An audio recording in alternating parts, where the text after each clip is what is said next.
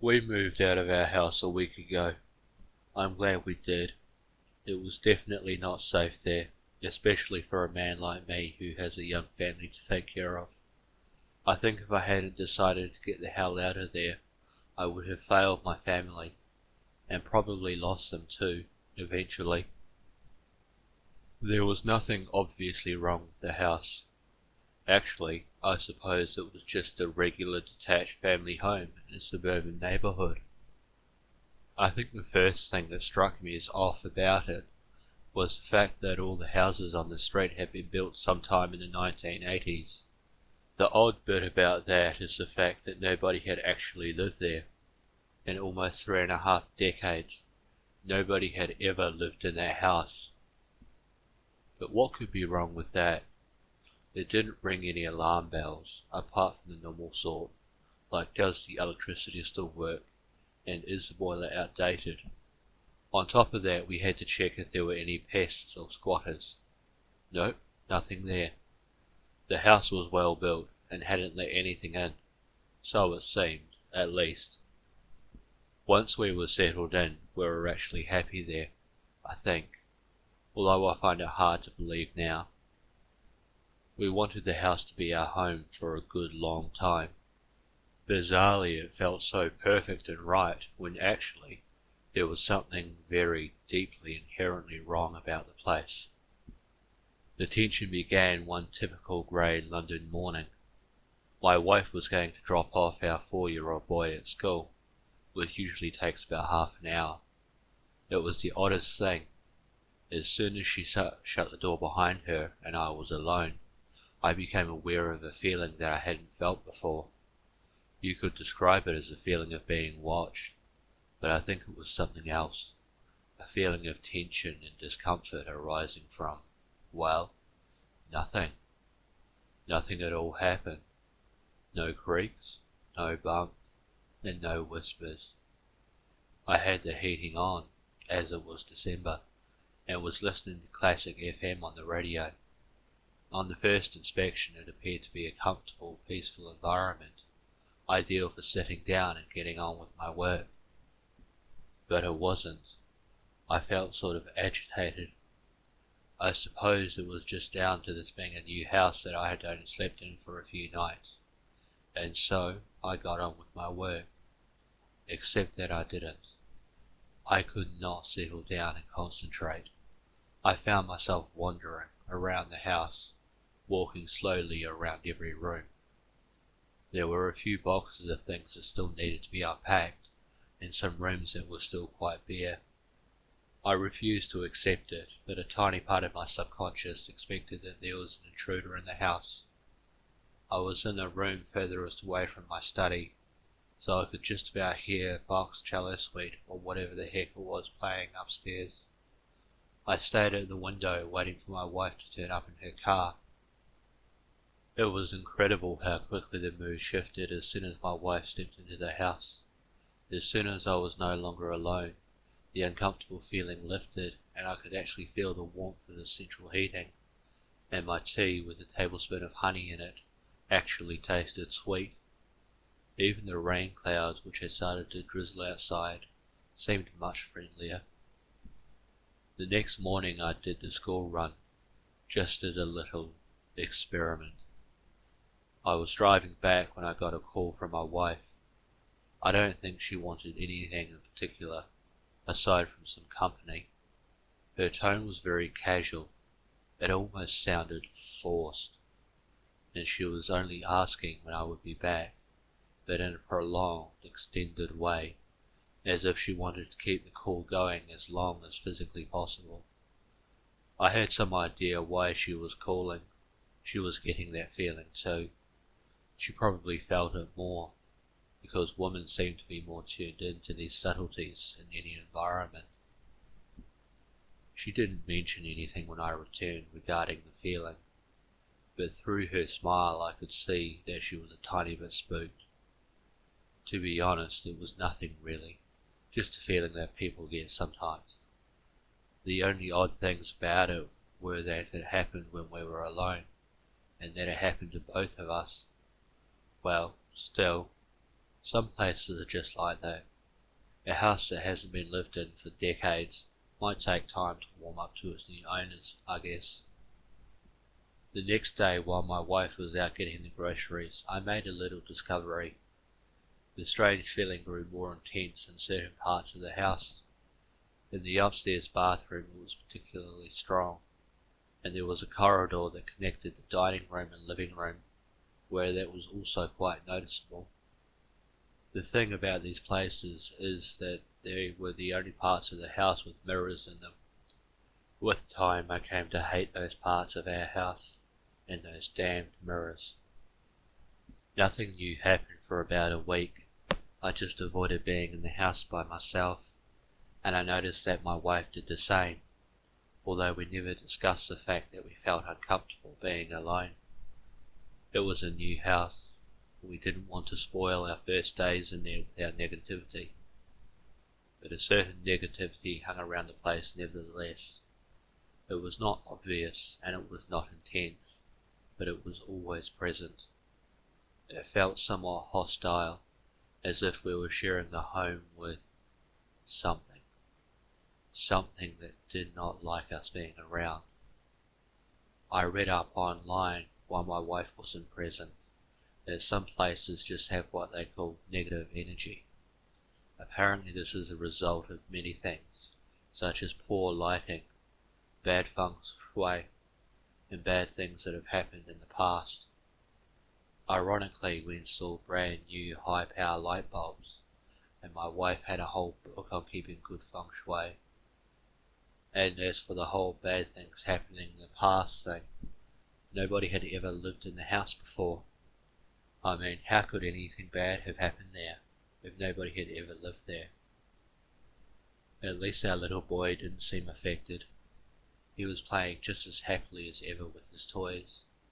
Our work overload had preoccupied me and his mother lately, so we didn't spend as much time with him as usual. He didn't seem to mind. He even managed to invent an imaginary friend to play with. There was this one night, however, when I come home from work, to find my son in bed and my wife waiting for me in the living room. As soon as I came through the front door, I was greeted with a thick, heavy presence. It gave me a bad feeling immediately. I knew at once that something was not right. And yet, everything seemed fine. We ate dinner in front of the television, washed up, and then got ready for bed. We both joined our son upstairs to sleep, and soon enough dozed off, except I was suddenly disturbed from my sleep. It was nothing unnatural. In fact, it was the very call of nature that woke me up. I needed to use the loo. I got up and put on my slippers and my nightgown. It was absolutely freezing, being a winter's night, but when I stepped into the bathroom, I was shocked by how cold it was. It was not safe how chilly it was in there. I looked at myself in the mirror for a bit, and then sat on the toilet seat to do my business. The mirror was giving me a bad feeling. I kept imagining that I could see something moving around inside the mirror, and yet nobody else was in the room apart from me, not even a fly or other insect. It happened at least 3 times. Then I got up and washed my hands, and just stared into the mirror for a while, just to make sure. It eventually made me uneasy, so I headed back to bed and actually found myself hiding with my face in the duvet. I think I saw something moving in the mirror again the next night, and the next. I think I even saw a face in the downstairs hallway mirror as I walked past for a split second. Of course I knew it was only my imagination. Definitely just a side effect of all the negative energy in this place. It was getting more and more irritating than frightening, so I decided to ring up one of those priests, the spiritual sorts who know how to brighten up places with negative energy inside them. She turned up while our son was at school, a frail little Japanese woman who must have been 80 years old at least. Her son dropped her off since she was very frail and unable to walk the distance. Anyway, she come in smiling faintly and told us in broken English that she would just take a walk around the house to get used to it. I and my wife sat quietly in the living room. Personally, I don't think she was all too happy about the house being checked out, but what she referred to as an exorcist. I showed her the web pages about clearing negative energy, and she agreed with a sigh. After all, it was good feng shui to have your house cleared and cleansed. The spiritual woman came downstairs after about 10 minutes. In spite of how bony and old she was, she made the place feel very secure and comfortable. I almost wanted her to stay with us, so that we could be assured that we would have no negative energy. But something happened that made us wonder if it really was negative energies making our house the way it was. Anyway, she came into the living room and told us that she had burnt incense in some of the rooms, and that she was going over to the rooms again, just to clear out any remaining negativity. But then she suddenly went stiff, and her quivering smile became a screwed up scowl, and her watery eyes hardened. We thought she was having a stroke, and reached for the telephone to call an ambulance. Turns out she was fine. She just told us not to touch anything, not to move. We listened and watched, dumbfounded, as she rushed to the wall with impressive speed, and pressed her ear against it. She whispered some words which we couldn't hear, and she seemed to be receiving a reply, as her expression changed and contorted. Whatever she was hearing cannot have been good, because she let loose a shriek and sprung away from the wall. The room darkened noticeably, like when a cloud covers the sun. "You no live in this house." The old woman grabbed my wife by the shoulders and shook her firmly as she said this. "Why not?" I asked, as my wife was too taken aback to reply. "Man in the walls," she shrieked. "There is man who lives in the walls, bad man in the walls." The old woman hurried through the hallway, and without even putting her shoes on, stepped outside the house and urged us to come with her. She called her son to pick her up on the little Nokia phone in her pocket, and refused to step back inside, even though she needed to sit down because of her frailty. I brought a chair outside to her, and brought out her shoes as well. We waited with her outside, and I can swear that when I went inside to fetch the chair, I was not the only one in that house. I cursed the old woman for making me so nervous. I was hearing whispers all over the house now. Her son picked her up, and when he saw her in such a nervous state, he gave me and my wife an unfriendly look before driving away. That had gone badly. We would have gone mad at each other had it not been for what the old woman had said. Man in the walls. It was chilling to hear that, and the look of terror on the old woman's face convinced us that she was serious.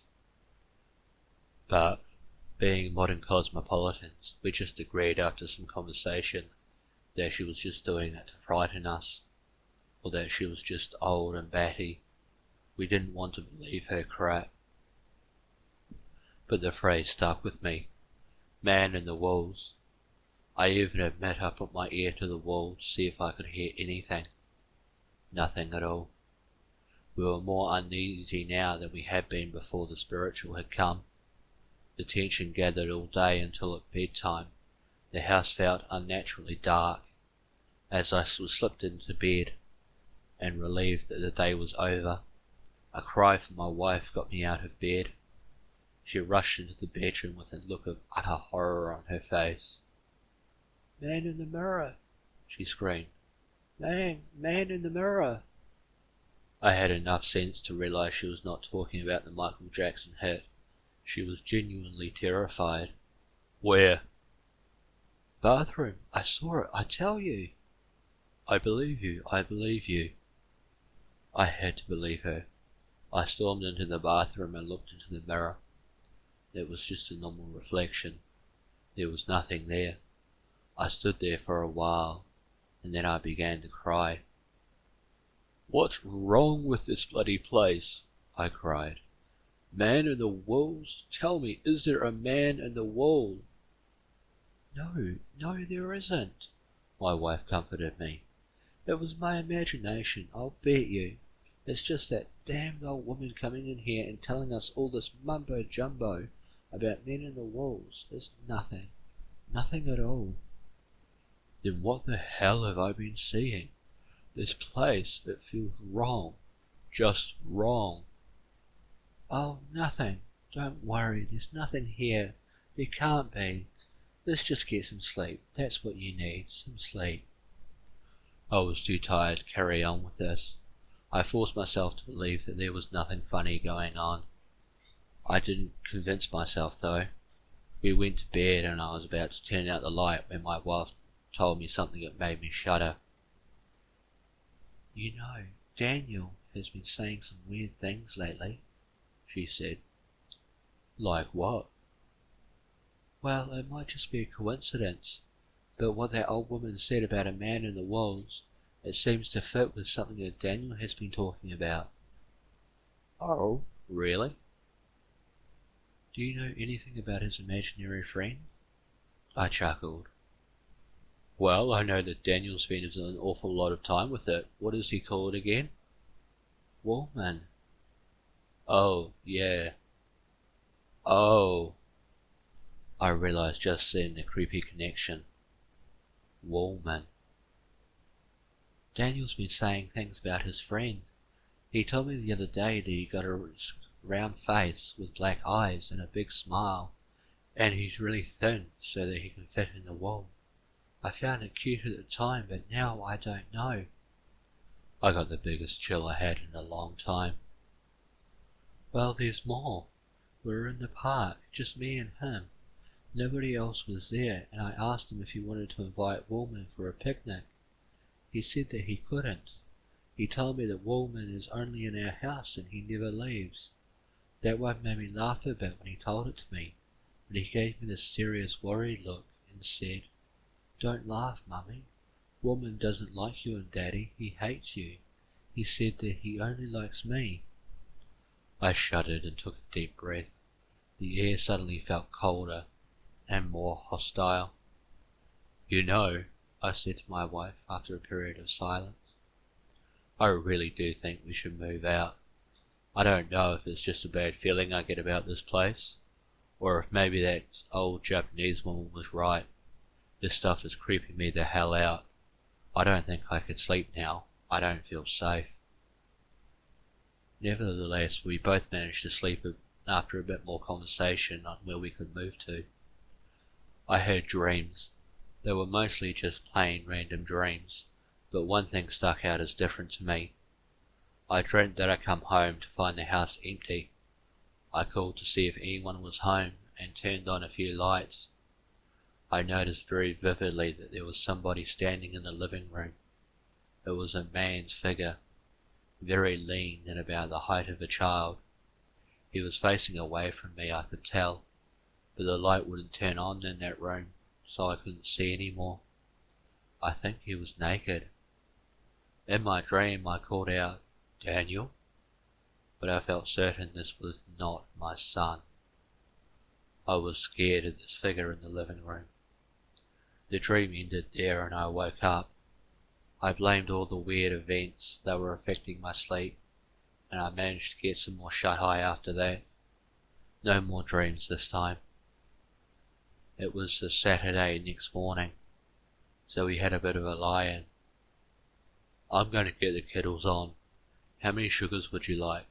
I asked my wife before going downstairs to the kitchen to make some tea.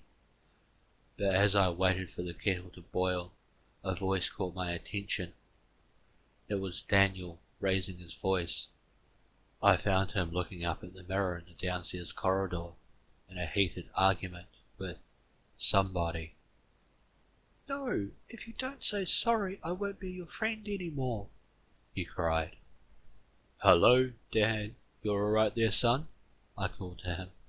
He ignored me outright. No, no, no, he shrieked at whoever he was speaking to, and I saw tears on his cheeks. I don't want to. You're not being nice to me anymore. Go away, he began to screech. I don't want to go with you. I rushed along and lifted him up, carrying him away from that blasted mirror. His mother came downstairs, roused up by the shouting. What's wrong, dear? She asked him. Woman, he wants me to live with him in the wall. He wants to take me into the wall, but I told him I don't want to. Oh God, I muttered, handing him to my wife, my voice shaking. I can't put up with this bullshit any longer. Woman, where the heck are you? Come out, you bastard. I had never spoken in front of my son like that before, but he didn't seem unsettled. He seemed glad that I was angry at his imaginary friend. My wife took him upstairs while I raged on for a bit. Right, I said when my wife came back downstairs. We've got to get rid of these goddamn mirrors. They're creeping the hell out of me. It's okay, it's fine. No, it's not fine. It can't be fine. They're like portals or something. Like there's an eel coming straight out of them or something like that. Okay, we need to stay calm, she assured me. Let's just get breakfast sorted and we'll see how things go after that. We had breakfast in silence, and after a while it all seemed okay. And then something that happened that was amazing. Nothing at all. There wasn't even a weird feeling of anxiety anymore. It felt like a normal home should. Weirder still, the next day was fine too, and nothing dodgy took place overnight. We kept the mirrors. I hadn't been entirely serious about throwing them all out. I had just been stressed out. Then a whole week went by and it was Sunday again, without a single weird thing happening. Our house was beginning to, at last, feel like a home. We had less work, so we spent more time with Daniel, and he seemed to forget about his imaginary friend, which was actually a relief to us. That imaginary friend seemed like something else. It seemed wrong to be coming from the imagination of a 4-year-old. We thought everything was going to be fine, but then something happened that made us think twice. Yellow mould had started to grow on circular patches around the house. The patches were about the size of footballs, and they gave off a rotten smell. We decided to leave it be for a while, but the patches turned up suddenly in more places. They were too ugly and stinky to stay. We called in a man to investigate and sort out our mould problem, and while he worked, the three of us paid a visit to my parents-in-law. We got a call from the man dealing with the mould at about 8 o'clock in the evening. He sounded troubled and told us to come home quickly.